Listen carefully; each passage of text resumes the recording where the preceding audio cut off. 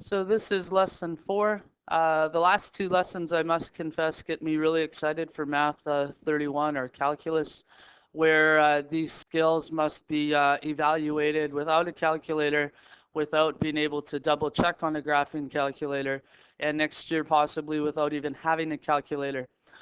So consider it valuable to have that TI-83 and the ability to graph and check out for horizontal asymptotes and vertical asymptotes.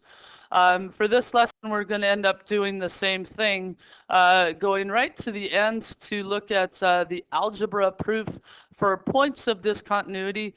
These are what I would call holes in the graph, places where the graph is undefined, and places where your calculator may or may not show the hole, depending on the window. So we've got to be really, really careful. So from the previous lesson, we're supposed to recall non-permissible values. Remember, they come from the denominator. And if a rational function has non-permissible values, then the graph of the rational function will not be a continuous one.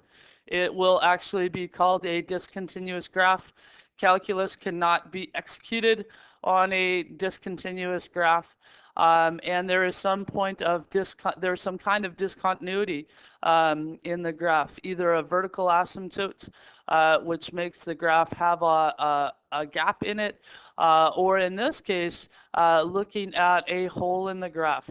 So we're going to go a little bit further along on our graphing exercises, or in this exercise to the end of the lesson, which focuses on page 467. So head there. So here we are on page 467, and we're looking at discontinuity. And discontinuity for a whole comes from a common factor in the numerator and the denominator. You and I would be tempted to cancel them off and think it doesn't matter, but it actually does. The point where the break in the graph occurs is called a point of discontinuity, and the function is said to have a point discontinuity. When we graph it, we actually graph with a hole in the graph. We show an open circle as my problem area. The coordinates of the point of discontinuity can be determined algebraically by factoring, simplifying, and then substituting the non-permissible value of x into the simplified form. When you're graphing a function with a point of discontinuity, the hole is usually not seen unless you zoom in close enough.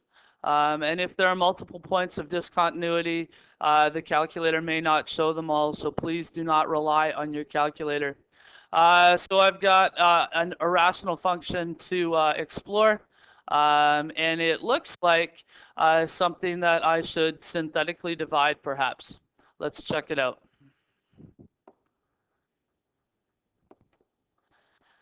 So I've ran our lesson on polynomials and performed synthetic division, factored it one step further. So synthetic division ended up with x squared plus 1x minus 6. And then when I look at my simplified form, I actually am tempted to cross off the x minus 1 and the x minus 1. And that is actually identifying for me the hole in the graph. So the function can actually be simplified into being x plus 3 times x minus 2. But I have to make sure that I identify that x cannot be 1. That is a hole in my graph. Determine the coordinates of the point of discontinuity.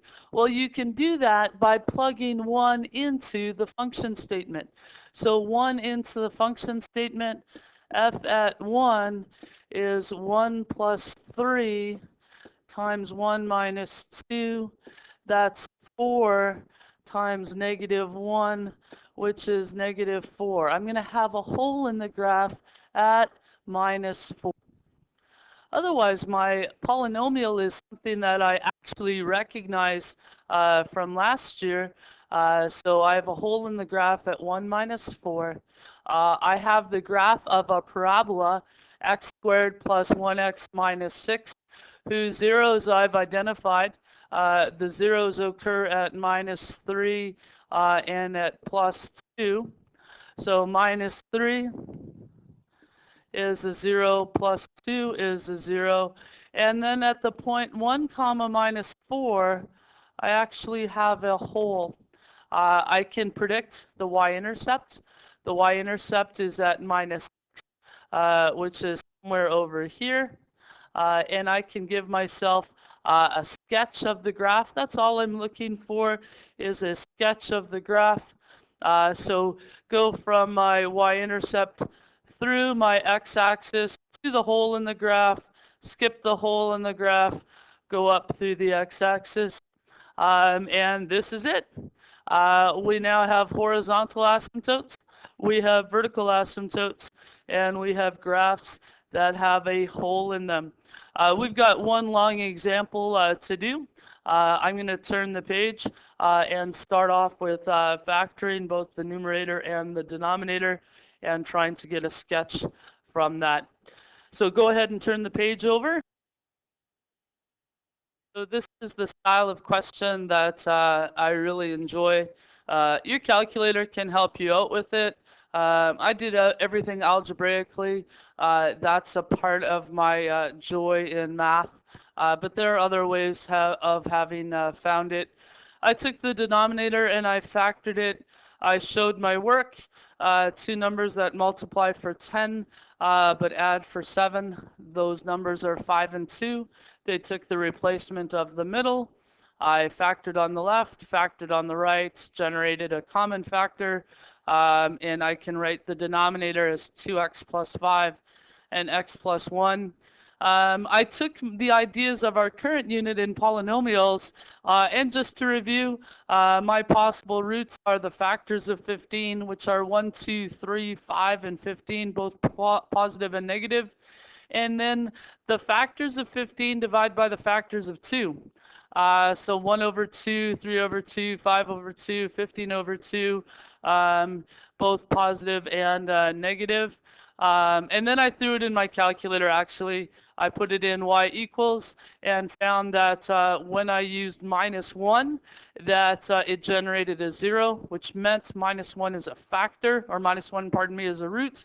So I can synthetically divide, which I've showed the results for. The results generated a quadratic, which I had to factor in the same fashion as my denominator. Two numbers that multiply for negative 30 and add for negative 1. Those numbers are negative 6 and 5. They took the replacement of the middle, factored in pairs on the left and the right, generated two factors, 2x plus 5 and x minus 3. And then I built my function back. I built f at x. So f at x is the green stuff, x plus 1 times 2x plus 5 times x minus 3. Divide by 2x plus 5 and x plus 1. In this case, two factors disappear. I cross them off, and all I'm left with is x minus 3. X minus 3 is a line, which this question did tell me I was going to generate. And x cannot be, for this line, x cannot be negative 1 or negative 5 over 2, because that makes the denominator 0. I can, however, go to my function and figure out, hey, where's that hole going to be? I plugged minus 1 in for x, generated minus 4. I plugged in negative 5 over 2 for x, generated negative 11 over 2, or negative 5.5. And I drew a rough sketch of the graph. My points I could write on there. So this is 0, comma, minus 3. This is negative 1, comma, negative 4. Down here is negative 5 over 2.